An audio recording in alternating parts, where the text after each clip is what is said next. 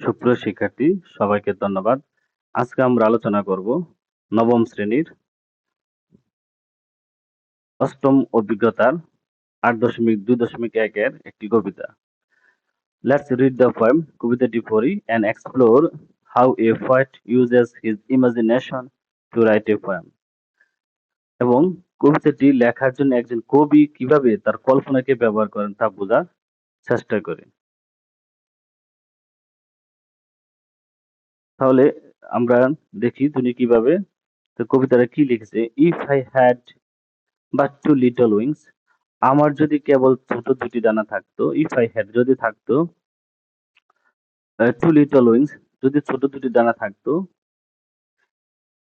and were a little feathery bird এবং were a little feathery bird আর আমি যদি একটি ছোট পালকযুক্ত পাখি হতাম, and were a little যদি একটি ছোট যদি were a little feathery bird যদি একটি ছোট্ট পালকযুক্ত পাখি হতাম, to you I would fly my dear, আমি তোমার কাছে উড়ে যেতাম আমার প্রিয়। But thoughts but thoughts like these are idle things, কিন্তু এই ধরনের চিন্তা হচ্ছে একটি অলস চিন্তা, idle things। এই ধরনের চিন্তা হচ্ছে একটি অলস চিন্তা। But and I stay here, এবং আমি এখানেই থাকি। But in my sleep to you I fly, কিন্তু আমার ঘুমের মধ্যে আমি তোমার কাছে উড়ে যাই। I am always with you in my sleep, আমি আমার ঘুমের মধ্যে সবসময় তোমার সাথেই আছি। The world is all one's own, জগৎ সবই একান্ত আপন। And then one walks, and where am I? all all alone, এবং তারপর একজন জেগে ওঠে, এবং আমি কোথায়?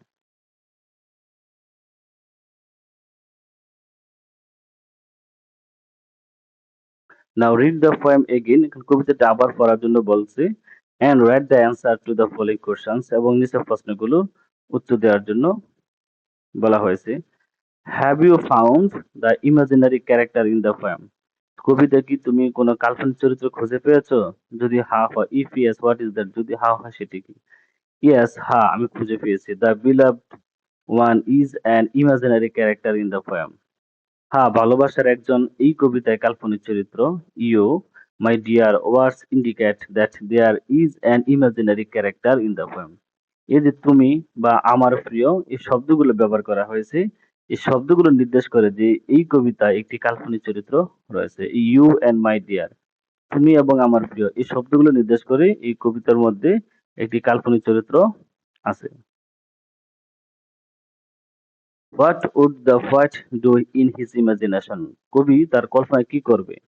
The poet in his imagination wishes to fly soaring through the sky with the freedom of a bird. কবিতা তার কল্পনা পাখির মতো স্বাধীনতা নিয়ে আকাশে উঠতে চান। কবি পাখির মতো স্বাধীনতা নিয়ে আকাশে উঠতে চান। The poet would likely explore new horizons, escape constraints, and experience the liberating sensation of flight in the realm of imagination. কবি সম্ভবত নতুন দিগন্ত অন্বেষণ করবেন। এক্সপ্লোর নিউ হরিজন, নতুন দিগন্ত অন্বেষণ করবেন। সীমাবদ্ধতাগুলো এড়িয়ে যাবেন। এসকেপ কনস্ট্রেন্ট, সীমাবদ্ধতাগুলো এড়িয়ে যাবেন। And experience the liberating sensation, এবং কল্পনা রাজ্য ওড়ার মুক্ত সংবেদনশীলতা অনুভব করবেন। What do the word sleep and walk in the poem symbolize? কবিতায় ঘুম এবং জাগা এই শব্দগুলো কি প্রতীকী নির্দেশ করে?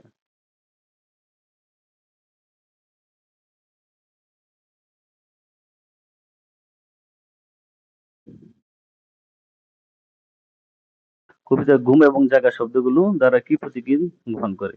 In the poem the word sleep and walk likely symbolize, এই কবিতার মধ্যে ঘুম এবং জাগার প্রতীকী আর contrasting state of rest and awareness.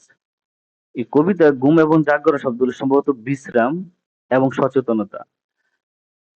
Slip বিশ্রাম, এবং ওয়াক সচেতনতা এর বিপরীত অবস্থার প্রতি। ঘুম sleep may represent a state of escape or withdrawal. ঘুম পালানোর বা প্রত্যাহার করা অবস্থা প্রতিনিধিত্ব করতে পারে। While walk may symbolize being alert, altered and conscious in the harsh reality of life. ঘুম স্লিপ এই ঘুম ফালানোর বা প্রত্যাহার করার অবস্থা প্রতিনিধিত্ব করতে পারে, যখন জাগরণ বা জাগা জীবনের কঠোর বাস্তবতা সতর্ক এবং সচেতন হওয়ার প্রতীক হতে পারে। ঘুম হচ্ছে প্রত্যাহার বা ফালানোর অবস্থা প্রতিনিধি, আর জাগরণ হচ্ছে জীবনের কঠোর অবস্থা সতর্ক বা সচেতন হওয়ার প্রতিনিধি। ডু ইউ থিঙ্ক, তুমি কি মনে করো the use of imaginary helps the readers to understand the poet's imagination? তুমি কি মনে করো কাল্পনিকতার ব্যবহার পাঠককে কবির কল্পনা বুঝতে সাহায্য করে? ইয়েস, আই ডিপলি থিঙ্ক, আমি গভীরভাবে বিশ্বাস করি বা মনে করি যে the use of imaginary helps, কাল্পনিকতার সাহায্য I deeply think that the use of imaginary helps the readers understand the poet's imagination. আমি গভীরভাবে মনে করি যে কাল্পনিকতার ব্যবহার পাঠককে কবির কল্পনা বুঝতে সাহায্য করে।